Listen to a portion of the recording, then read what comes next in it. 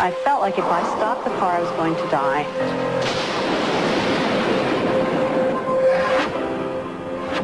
It was 1970, nearly 30 years ago, and Terry Matthews was living in Paris, Illinois, when her abduction story begins. It was the most ordinary of days, but this trip so long ago would change her life forever. I remember looking out the car window and seeing the sun going down to my right, and it made everything red and green. All the colors were extremely vibrant. And the next thing I knew, I was in the middle of a horrible rainstorm. It was black out, so dark and rainy that I couldn't see the front of my car. And the car was being pulled off the road. So I butted the wheels up against the berm of the road. It's a 2-lane road out there, and I was terrified. And the next thing I knew, the rain was almost stopping. And I didn't notice what time it was. When I got home, I walked in the door and my husband was yelling at me, "It's 9:45, where have you been?" And I was very confused and, of course, feeling like I had lost my mind. I mean, here I was, you know, over 2 hours missing and didn't know why. Since that first experience, Terry Matthews has collected conscious memories of many other incomprehensible occurrences. Her journal is filled with horrifying nightmares, missing time, inexplicable scars, and UFO sightings. Terry always suspected that she might be an abductee, but didn't realize that the night of the freak storm was her link to the abduction experience until she contacted abduction expert David Jacobs.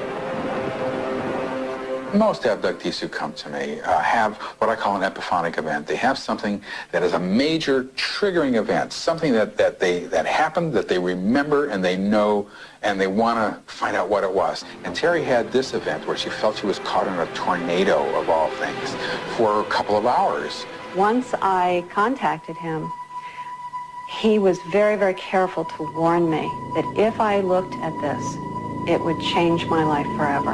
Terry says she felt compelled to pursue the truth and agreed to a series of hypnosis sessions. The sessions started to unravel the mysteries that surrounded that drive 30 years ago. Under hypnosis, in research, I discovered that it was an abduction.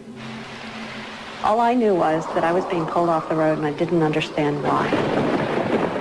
Under hypnosis, when I looked at this event, I stopped the car. I looked over and I saw this huge craft hanging over both sides of the road, just sitting there.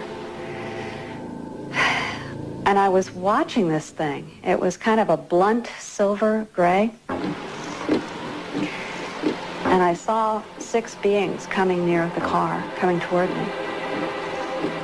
They were gray, large black eyes.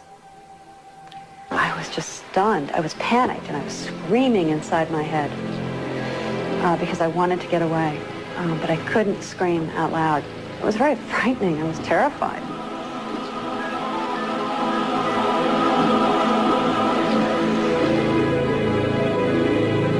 They took me into a room. I was told to disrobe and I was embarrassed. I didn't want to undress and yet I couldn't stop. They told me to take my wedding rings off, which I did. And then they led me to a table and laid me down. I remember them telling me that I was either going to have a baby or that I was pregnant. I wasn't quite sure. But what they had done was remove a fetus from me and implanted another, which was really emotionally hard for me. Oftentimes people have fetuses implanted in them. They have fetuses removed from them.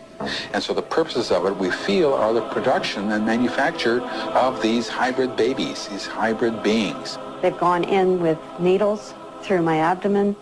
They have gone in through the vagina and taken out small, what look like fetuses that couldn't possibly survive. More and more memories of her past abductions resurfaced through hypnosis. Terry became so terrified that for a year and a half, she videotaped herself every night while she was sleeping. She believes that this practice has kept more abductions from occurring, but dealing with the past is an ongoing process. I have witnessed all of my children at different times being abducted. I can see my daughter being violated. I can see my sons being led, knowing what they're going to have to endure. It is exceedingly traumatic. This is a phenomenon that is intergenerational. That is to say, if the mother or the father were abducted, the children are probably going to be abductees, from what we can tell. And so we get families of abductees, and that is the rule as opposed to the exception. Terry has agreed to undergo a particularly difficult regression because this one will probe the genetic agenda of her abductors. I want to take you back to an event that happened to you when you were around 22 years old in about 1970. You were in a car driving near Paris, Illinois. It just feels very peaceful. So you're feeling very nice. The regression that we did with Terry was over an event that happened to her some years ago that we had already done a regression on almost 3 years ago. And she actually remembered a few other minor details of it that we didn't know before. It's a woman. You mean a human woman? She doesn't look normal. Her eyes are big. And she's a hybrid. I know what she is now. She looks strange to me. She looks angry. She has a baby. And I look down and I'm holding the baby. She must have put it in my arms. The baby looked human, although it looked emaciated, like it hadn't eaten well. It was slightly human pink, but mostly gray. It had a face like a human, except the eyes were very large. And despite the fact that the baby was maybe 1 or 2 months old, wrapped in a blanket, and it was handed to me to hold, its eyes were more wise than that of a regular infant. They curl in to be held. This hybrid baby did not. It continued to stare at me. Well, when you were holding the baby, did they want you to hold the baby in any particular way? Or? I felt milk leaving my body. What happens next then? I don't want her to, but she's taking the baby away. When they took the baby that she was feeding away, she wanted to follow this woman who had the baby. It was a very traumatic thing. They told me it was mine, and I didn't believe them at the time.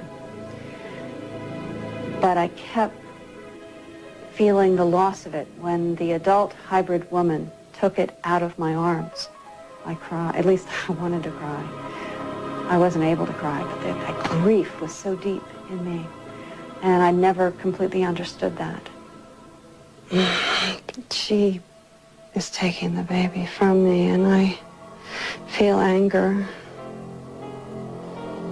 Anger that because... She doesn't care for this baby. It's not like she's her mother. All the way up. You can open your eyes if you want. She was kind of reliving it all over again, and she remarked afterwards what a strong emotional reaction she was having, and how she was very much involved with the sequence of events that was occurring to her all over again. Remembering. I could have gone my whole life and not redone that again. Sorry about that. Sorry.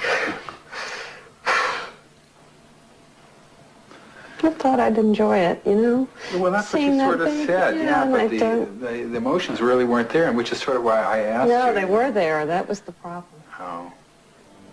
When I think about these hybrid children, this is when I really get choked up, because they're the true victims. Because what's being bred out of them is what's in us. Our ability for compassion, our ability to feel, to love. They have to relearn it through us. Terry Matthews is now leading as normal and as good a life as she has probably ever led, and is happier now than I've ever seen her, and is getting on with her life, even though she is absolutely and positively an abductee.